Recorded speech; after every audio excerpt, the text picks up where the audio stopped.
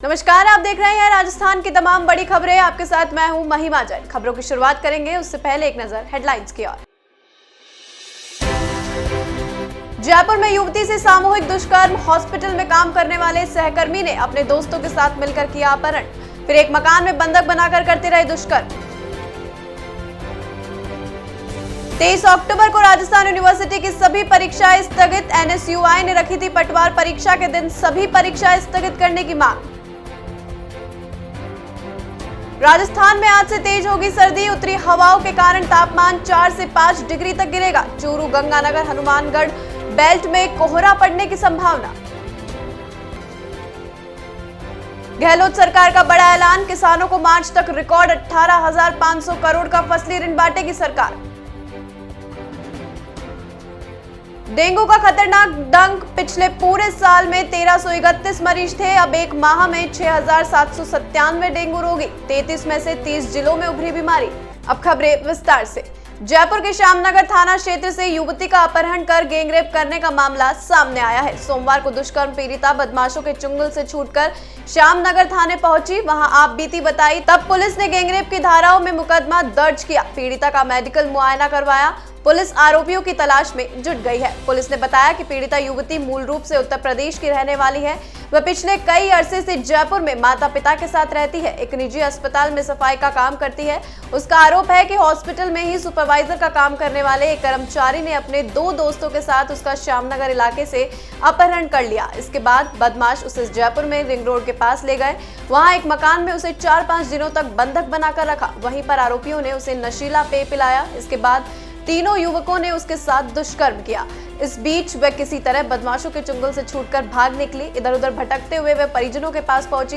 इसके बाद वह सोमवार को श्यामनगर थाने पहुंची। वहां आरोपी सहकर्मी और उसके 2 साथियों के खिलाफ केस दर्ज करवाया। पुलिस ने मुख्य आरोपी को नामजद कर लिया है। पीड़िता से घटना की तस्दीक कार्रवाई की जाएगी। राजस्थान यूनिवर्सिटी ने 23 अक्टूबर को होने वाली अपनी सभी परीक्षाएं स्थगित कर दी है। राजस्थान कर्मचारी चयन बोर्ड की पटवारी भर्ती परीक्षा 2021 के कारण 23 अक्टूबर को यूनिवर्सिटी की ओर से होने वाली सभी परीक्षाएं स्थगित करने के कुलपति ने आदेश दिए हैं। छात्र संगठन एनएसयूआई के यूनिवर्सिटी मैनेजमेंट से पटवारी परीक्षा के दिन यूनिवर्सिटी एग्जाम स्थगित करने की मांग रखी थी। पटवारी भर्ती परीक्षा 23 और 24 अक्टूबर 2021 को होगी। इसके कारण यूनिवर्सिटी की ओर से स्थगित की गई परीक्षाओं की नई तारीख बाद में फिर से जारी की जाएगी। कुलपति के आदेश की पालना करते हुए परीक्षा नियंत्रक राकेश राव ने सोमवार को इस संबंध में एक आदेश जारी किया है। आदेश में कहा गया, कुलपति के आदेश की पालना करते हुए राजस्थान कर्मचारी चयन बोर्ड की ओर से 23 अक्टूबर को पटवारी सीधी भर्ती परीक्षा 2021 के कारण 23 अक्टूबर को होने वाली विश्वविद्यालय की सभी परीक्षाएं स्थगित की जाती है। स्थगित परीक्षाओं के आयोजन की तारीख अलग से विश्वविद्यालय की वेबसाइट www.uniraj.edu.com पर जल्द घोषित की जाएगी। राजस्थान में 2 दिन बारिश का दौर चलने के बाद आज से सर्दी का असर बढ़ने लगेगा। उत्तर भारत से हवाओं का रुख दक्षिण की तरफ होने के कारण तापमान में 4 से 5 डिग्री सेल्सियस तक की गिरावट होगी। वहीं आने वाले 1-2 दिन में राजस्थान में उत्तरी हिस्से चूरू, हनुमानगढ़, गंगानगर इलाके में कोहरा भी देखने को मिल सकता है। जयपुर मौसम विभाग के मौसम वैज्ञानिक हिमांशु शर्मा ने बताया कि हाल ही में एक पश्चिमी विक्षोभ जिसका असर उत्तरी भारत में ज्यादा था वह पास आउट हुआ है। इसके कारण हवाओं का पैटर्न एक बार उत्तर से दक्षिण की ओर होगा, जिसके कारण उत्तर भारत से सर्द हवाएं जब मैदानी इलाकों में आएगी तो सर्दी का प्रभाव पड़ेगा। शर्मा ने बताया कि अगले 2-3 दिन में तापमान 5 डिग्री तक नीचे आ सकता है।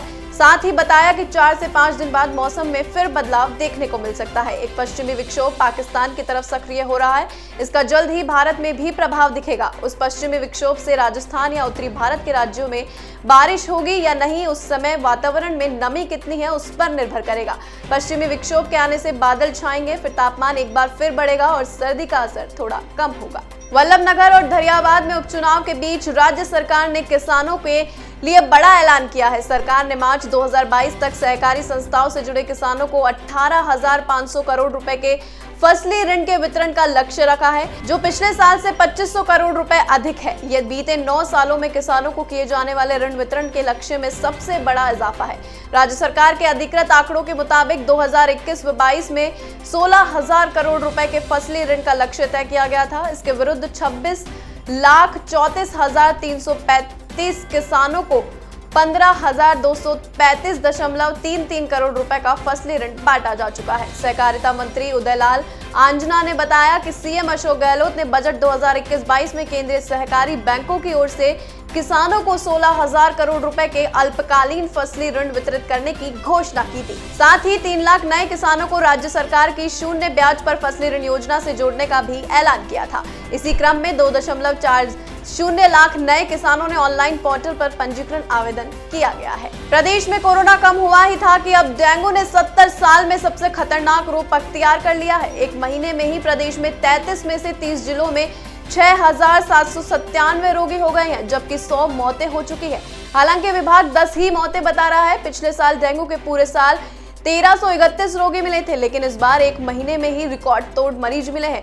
यानी डेंगू पिछले साल से 510% अधिक रोगी मिले हैं। अकेले जयपुर में ही 1,411 से अधिक डेंगू रोगी मिल चुके हैं। जयपुर और कोटा के जैकलोन जैसे अस्पताल में एक बेड पर 3-3 मरीजों को भर्ती है। बांसवाड़ा, सिरोही और जालोरी ऐसे जिले हैं जहां अब तक डेंगू का कोई मरीज सामने नहीं आया है। डेंगू जैसे जैसे पैर पसार रहा है, अस्पतालों में जांचों के लिए कतारें भी पसर रही है। कई घंटे लाइन में लगने के बाद नंबर आ रहा है। प्रदेश भर के सरकारी अस्पतालों में ऐसे ही हाल है। कई जगह तो डेंगू जांच की किट भी कम पड़ रही है। चिकित्सा मंत्री रघु शर्मा को गुजरात कांग्रेस का प्रभारी बनाए जाने के बाद से वे 2 दिल्ली दौरे, 1 गुजरात दौरा, अजमेर के केकड़ी आदि दौरे कर चुके हैं। डेंगू के प्रकोप के बावजूद वे बाहर है। मंत्री का कहना है कि हमने पहले भी विभाग को कहा था कि एंटी लार्वा एक्टिविटी बढ़ाओ। सरकार की डेंगू के आंकड़े सही है। फिलहाल के लिए इतना ही। आप देखते रहिए मरुधर बुलेटिन। नमस्कार।